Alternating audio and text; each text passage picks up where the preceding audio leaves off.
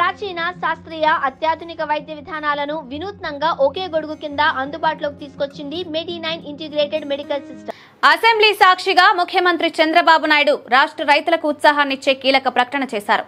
చంద్రబాబు ప్రకటనతో రైతులకు భారీగా లబ్ధి చేకరనుంది. అసెంబ్లీలో మాట్లాడుతూ గత 5 ఏళ్లలో వైసీపీ ప్రభుత్వం అన్ని వ్యవస్థలను తీవ్రంగా దెబ్బతీసిందని, రాష్ట్రాన్ని అప్పుల ఊబిలోకి నెట్టిందని విమర్శించారు. 2024 జూన్ నాటికి రాష్ట్రం 9.74 లక్షల కోట్ల రూపాయల అప్పుల్లో కూరుకుపోయిందని, అదనంగా 1.13 లక్షల కోట్ల బకాయిలను వదిలి వెళ్లిందని వివరించారు. వైసీపీ హయాంలో 93 కేంద్ర ప్రయోజిత పథకాలు నిర్వీర్యమయ్యాయన్నారు. గత ప్రభుత్వం కేంద్రానికి మ్యాచింగ్ గ్రాంట్లు ఇవ్వకపోవడం వల్ల అనేక పథకాలు నిలిచిపోయాయని పేర్కొన్నారు. జల్ జీవన్ మిషన్ కోసం కేంద్రం కేటాయించిన నిధులు కూడా సద్వినియోగం చేసుకోవడంలో వైసీపీ ప్రభుత్వం పూర్తిగా విఫలమైందన్నారు.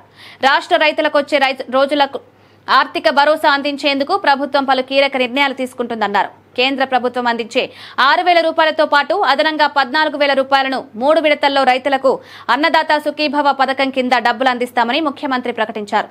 ఈ సహాయాన్ని రైతు భరోసా పథకం కింద కేంద్ర కిసాన్ సమ్మాన్ నిధితో కలిసి పంపిణీ చేయనున్నట్లు స్పష్టం చేశారు.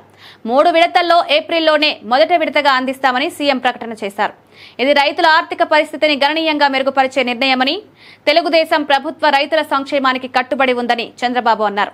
గత ప్రభుత్వ అస్వస్థత వల్ల రైతులు తీవ్రంగా నష్టపోయారని, ఇప్పుడు కొత్త ప్రభుత్వం రైతులకు అండగా నిలిచి అభివృద్ధికి కృషి చేస్తుందన్నారు.